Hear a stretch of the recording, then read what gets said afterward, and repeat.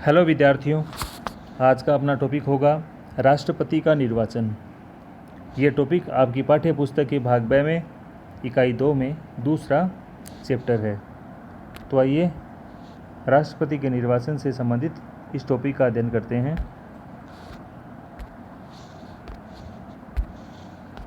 विद्यार्थियों, इस टॉपिक में सबसे पहले हम ये जान लेते हैं कि संसदीय शासन व्यवस्था क्या होती है। ऐसी शासन व्यवस्था जिसमें कार्यपालिका व्यवस्थापिका के प्रति उत्तरदायी होती है। कार्यपालिका अपने कार्यों और कार्यकाल के लिए व्यवस्थापिका के प्रति जवाबदेह होती है। हमने पढ़ा है कि कार्यपालिका व्यवस्थापिका से ही बनती है। कार्यपालिका कौन होती है? कार्यपालिका होती है प्रधानमंत्री और उसका मंत्रिमंडल। तो प्रधानमंत्री और उसका मंत्रिमंडल वो कार्यपालिका में से ही के ही सदस्य होते हैं, तो उन्हीं से निर्माण होता है। इसलिए व्यवस्थापिका के प्रति उत्तरदायी होना पड़ता है।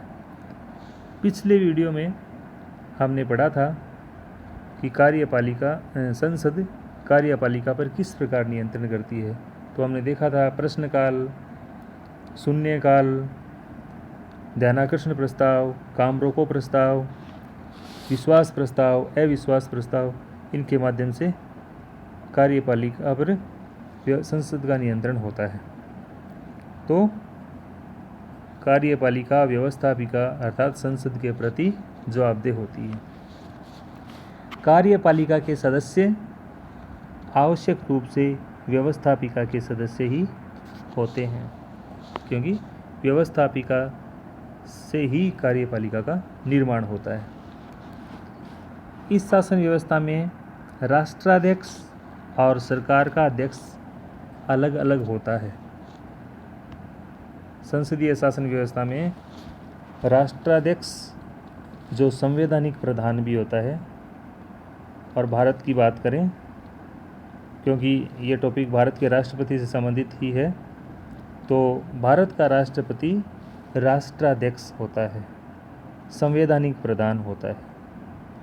राष्ट्रपति के पास नाम मात्र की शक्तियाँ होती हैं।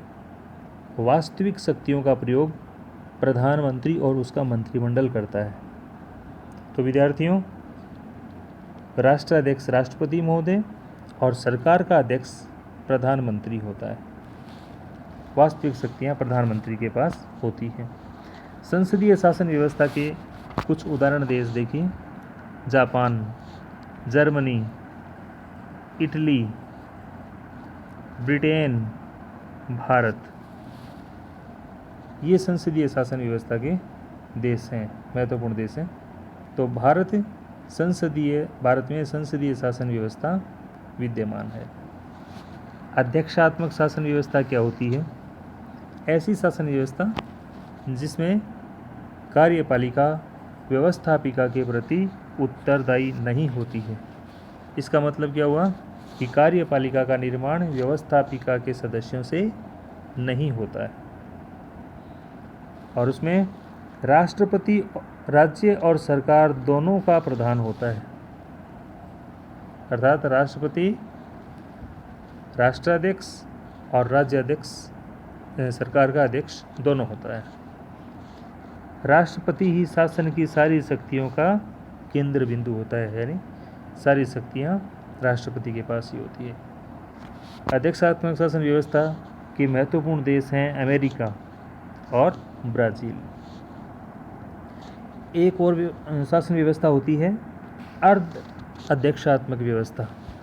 तो विद्यार्थियों, अर्ध अध्यक्षात्मक व्यवस्था में दोनों का मिश्रण होता है। संसदीय शासन व्यवस्था के गुण भी होते हैं और अध्यक्षात्मक शासन व्यवस्था के गुण भी होते हैं।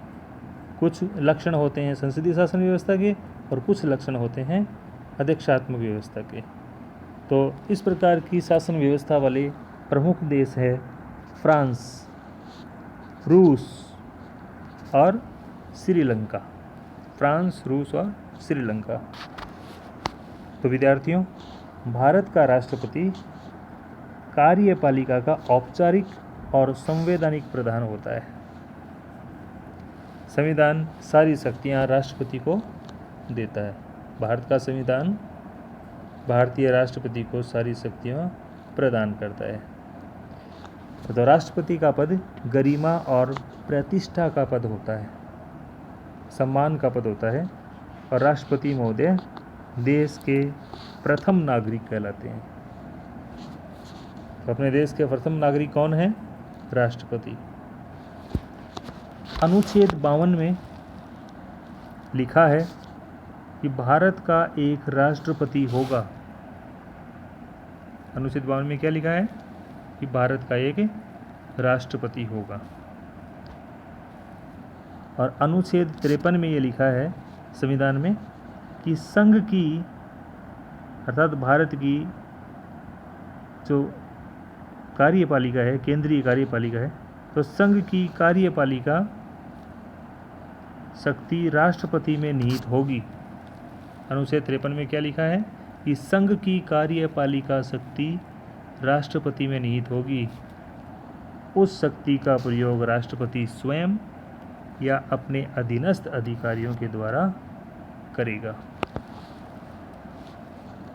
तो संघ की कार्यपालिका शक्ति राष्ट्रपति में निहित होगी और राष्ट्रपति उस शक्ति का प्रयोग स्वयं भी कर सकता है या अपने अधीनस्थ अधिकारियों के द्वारा करेगा। राष्ट्रपति का निर्वाचन। राष्ट्रपति के निर्वाचन से संबंधित प्रावधान हमारे संविधान में अनुच्छेद 54 और 55 में दिए गए हैं। राष्ट्रपति के निर्वाचन के लिए एक निर्वाचक मंडल होता है। तो विद्यार्थियों, ये निर्वाचक मंडल राष्ट्रपति का निर्वाचन करता है। तो कौन कौन से सदस्य होते हैं इसमें? संसद के दोनों सदनों के निर्वाचित सदस्य। संसद के दोनों सदन कौन से? लोकसभा और राज्यसभा। तो लोकसभा और राज्यसभा के चुने हुए सदस्य, जनता द्वारा चुने हुए सदस्य, और साथ ही राज्य विधानसभाओं के निर्वाचित सदस्य। तो भारत में जितने राज्य हैं 28 राज्य और उनकी विधानसभाओं के निर्वाचित सदस्य, और दिल्ली और पांडिचेरी, दिल्ली और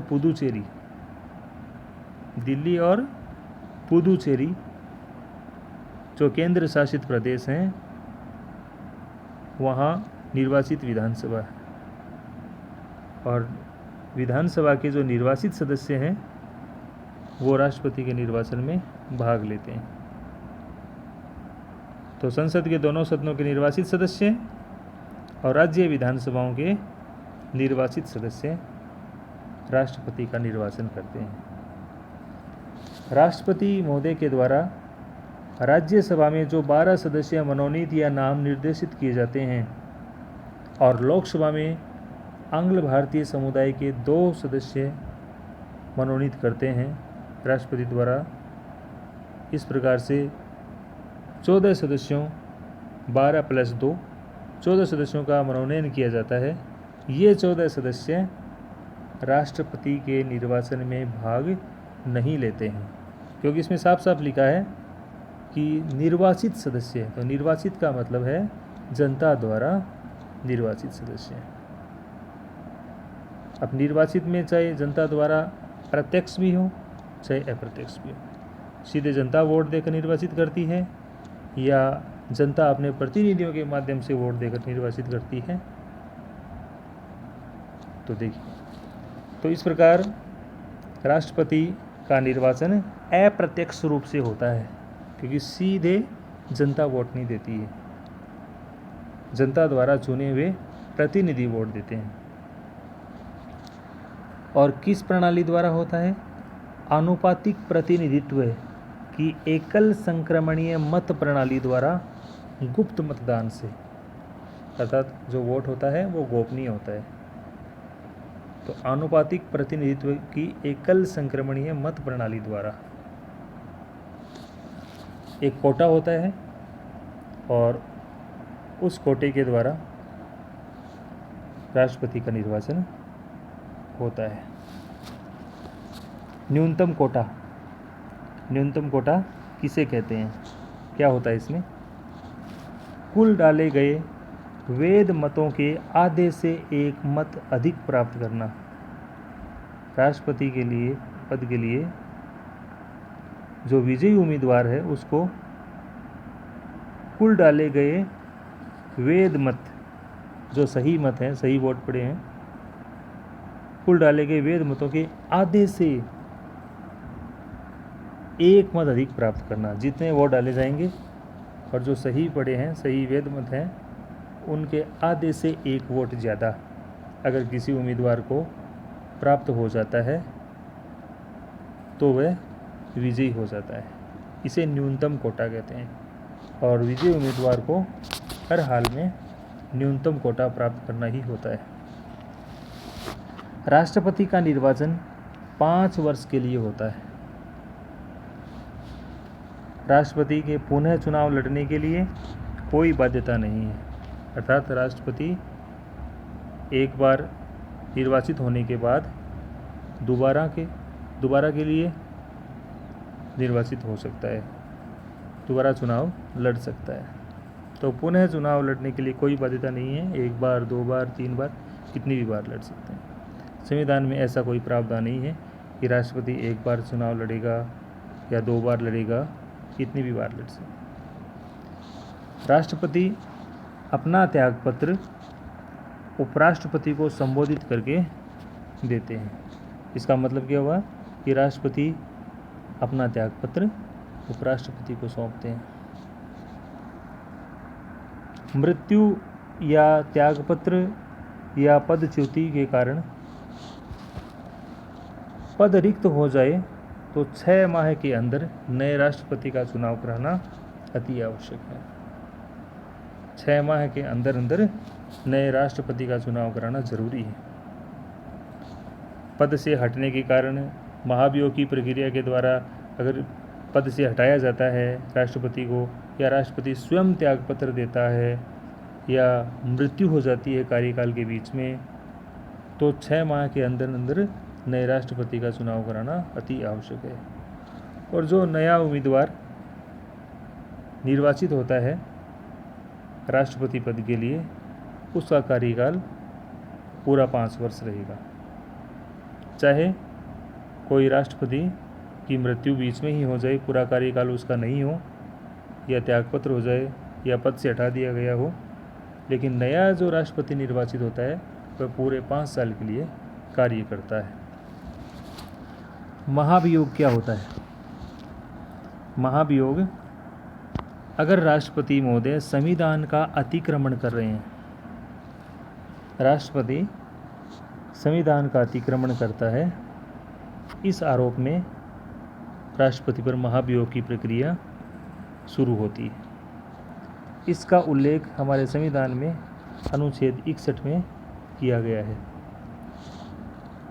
संसद के किसी भी सदन द्वारा, चाहे लोकसभा हो चाहे राज्यसभा, किसी भी सदन द्वारा 14 दिन की पूर्व सूचना पर 14 दिन की पूर्व सूचना राष्ट्रपति को देनी होती है।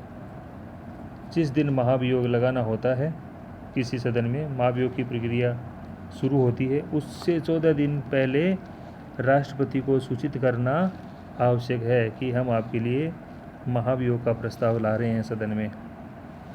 सदन की कुल सदस्य संख्या के 2/3 बहुमत द्वारा पारित होना चाहिए, और ये प्रस्ताव सदन की जितनी संख्या है उसके 2/3 बहुमत द्वारा पारित होना अति आवश्यक है।